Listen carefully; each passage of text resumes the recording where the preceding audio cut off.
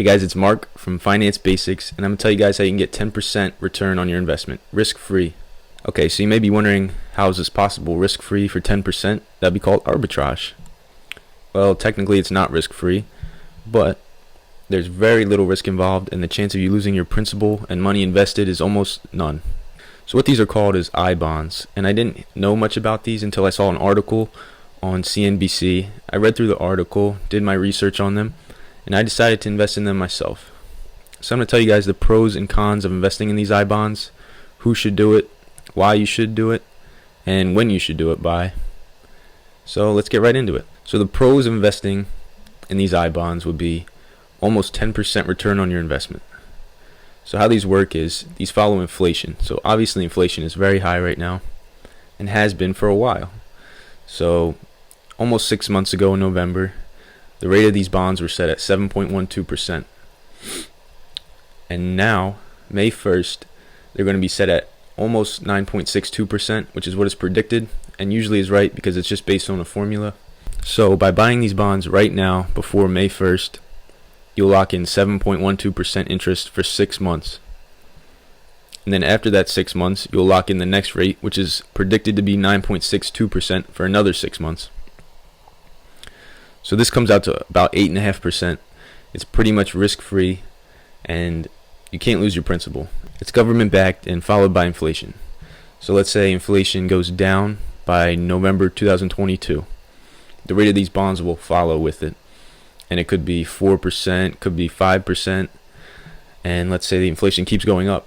The bonds could go up even more, become 11%, 12%. And you could keep the bond and make even more money.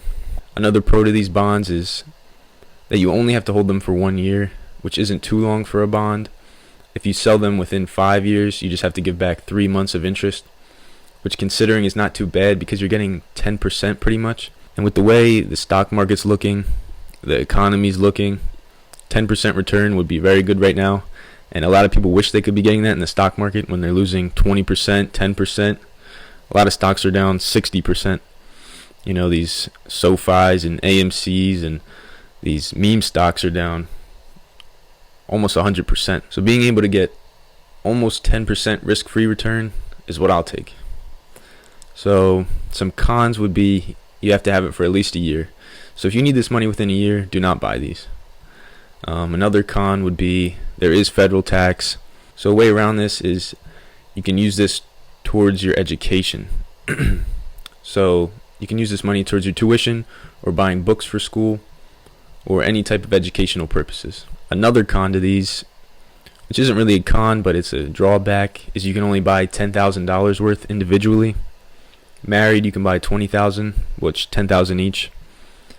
Also, there's a way around this somewhat. If you have a business, you can buy another $10,000 worth. So let's say a married couple each has their own business.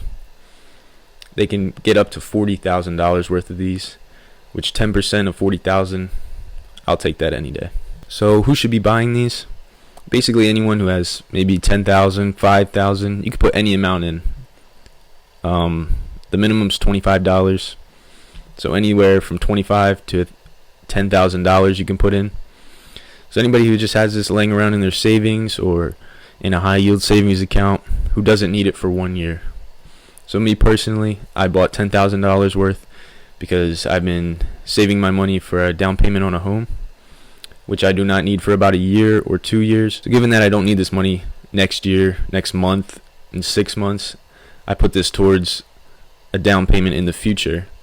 I'm going to put this money in a bond, which getting 10%, it's going to get me a lot more than my bank or my high yield savings account, which is 0.5%, and a lot more than a CD, which at most is 1.5% maybe, if you're lucky.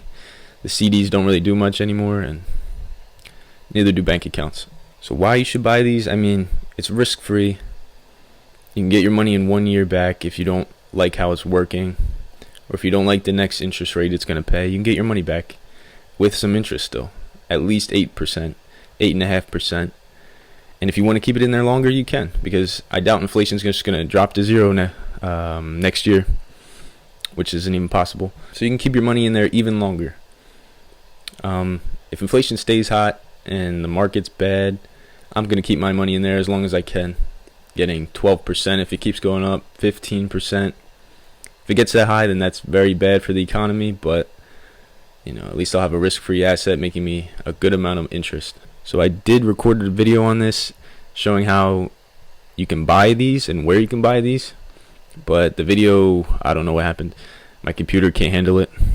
MacBooks are not that good for recording, so I'll just walk you guys through it.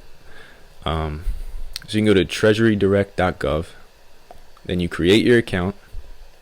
You put some information in, your bank account information that you want the funds to come from. After that, you'll get an email that'll just approve your account. Then you can go into the home page, and in the top bar it says Buy Direct.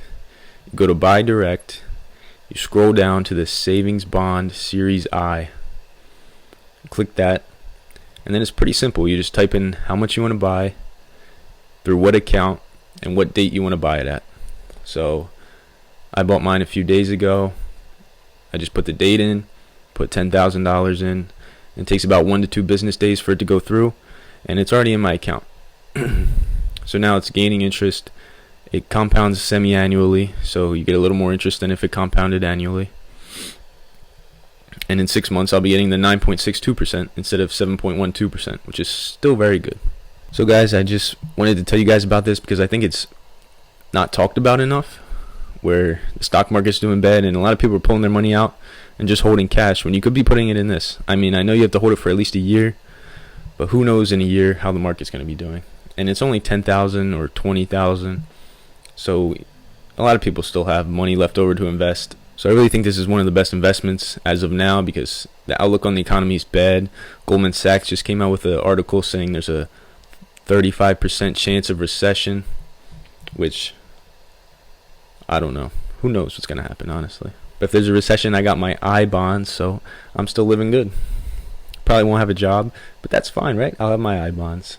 So if you guys have any more questions about the I bond, make sure you do your own research. This isn't financial advice. I'm not a financial advisor yet. Do your own research.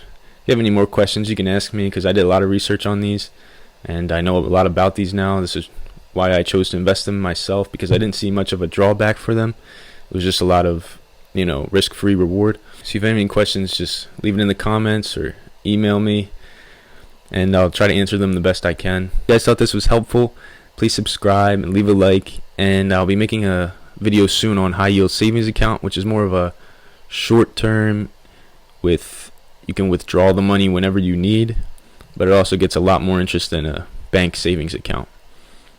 Me personally, I get 0.5% interest, and it's a lot better than my 0.01% I get at my bank, which is abysmal. But so if you guys like this video, thank you. Leave a like, subscribe, and I'll see you in the next video.